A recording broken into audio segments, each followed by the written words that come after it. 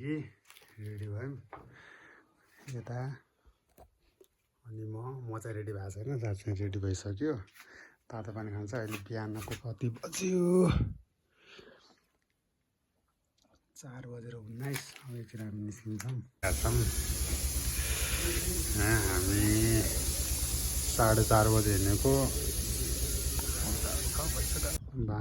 viral झर्ना थियो नि यो त अहिले त सबै सुकेर रहेछ त हामी अहिले रसोमा अघि पुगिसक्यो यस्तो चिसो छ अहिले आएको गोसाइकुण्ड गएर दाइहरू मजाले जगिङ गरिरहनु भएको छ उहाँहरूको काम यस्तै हो नामताङ राष्ट्रिय निकुञ्जमा हामी जाँदैछु नामताङ राष्ट्रिय खाजा खाँदै जस बाइक साइक होटलमा राखेर यहाँ हिँड्नु अब यहाँ टक्क अन्डा र साउचो खाएर गोसाइकुण्ड लाग्यौँ दुईजना मात्र छौँ मैले चाहिँ यत्रो ठुलो ब्याग बोकेको छु यतातिर यत्रो सानो ब्याग बोकेर मलाई चाहिँ यत्रो सानो मान्छेले यत्रो ठुलो ब्याग बोकाइदिएको छ सानो ब्याग बोकेर सानो ब्याग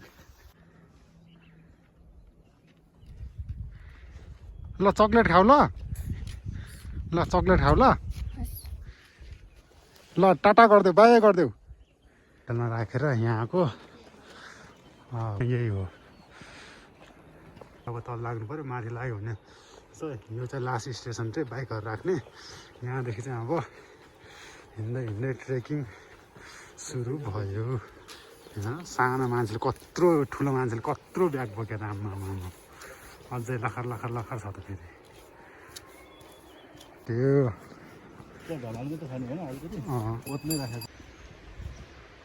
जाने बाटो तर कति किलोमिटर मन्दिर भयो सानो भगवान नेसनल पार्क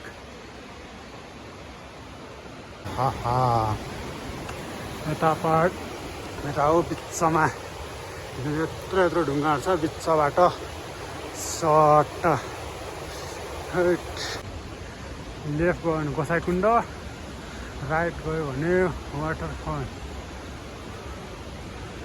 त्यहाँ भन्दा झर्ना त्यही नै होला सायद यो होइन यो अझै माथि गयो जस्तो लाग्यो झर्ना चाहिँ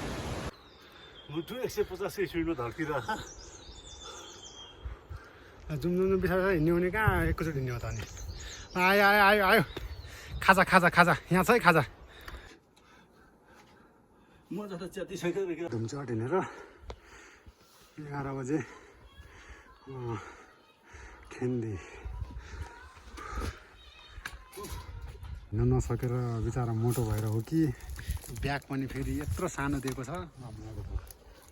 के गर्नुपर्छ मेरो त्यसो भए त हौ त्यसलाई अब गर न मलाई यत्रो ठुलो छ शरीर यत्रो ठुलो आहा लारे गुँरासको रुखमुनि मजाले बसिरहेको छ लारे गुँरासको रुखमुनि बसेर मस्त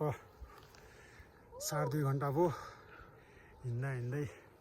थाक्यो उता मान्छेहरू फर्किरहेछन् हामी चाहिँ जाँदैछौँ हिँड्न कस्तो भइरहेछ सकिन्छ अझै रहेछ सोल्टिनी राख्यो ल है सोल्टिनी भेटायो भने चाहिँ यसो भिडियो बनाऊँ है कस्तो बवाल रुख के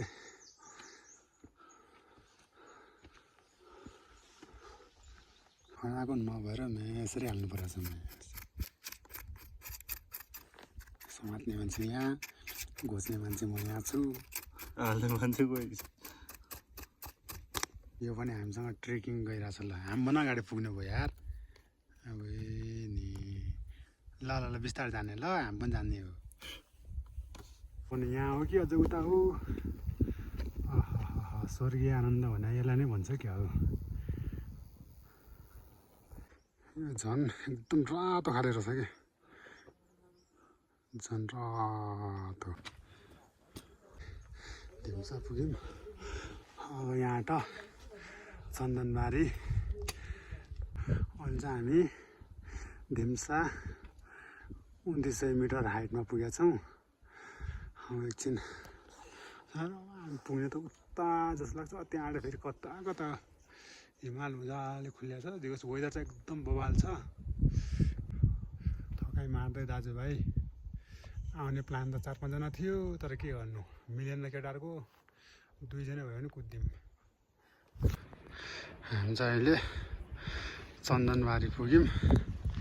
हिँडेको 6 घन्टा हुन लागिसक्यो चन्दनबारीमा खाना पर्ख्या यहाँ खाने मस्तको ठाउँ रहेछ जियोस् 4:30 बजे काठमाडौँबाट हिँड्या धुम्चेबाट 9:30-10 बजीतिर हिँडेको अहिलेसम्म 5 बजिसक्यो हिँडै छौँ जङ्गलमा पुरै फेरि हामी आज 2 जना मात्र छौँ अरू पछाडि छुटिहाल्यो अगाडि जाने गयो थाहा छैन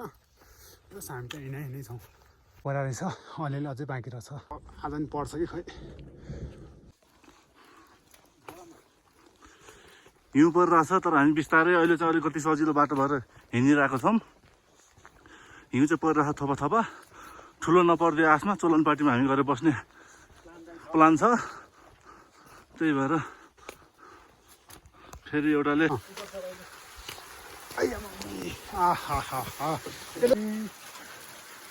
वेदर यस्तो भएर आयो जस हिउँ चाहिँ मजाले परिरहेछ हिउँले यस्तो बल परिरहेछ चोलाङपाटी पुग्यो तर हिउँ पऱ्यो अझै माथि जाने प्लान थियो अब हेरौँ एकछिन पुरौँ एकछिन अब के हुन्छ चोलाङपाटी पोस्ट पुग्यो हिउँ परिरहेछ अब यहाँदेखि माथि के गर्ने भयो कि भ्यू त वेदर त पुरै अन्धकार भएर आयो नि त ठ्याक्क यस्तो डेन्जर हिउँ परिरहेछ यहाँ त सेक्तामै भइसक्यो यहाँ त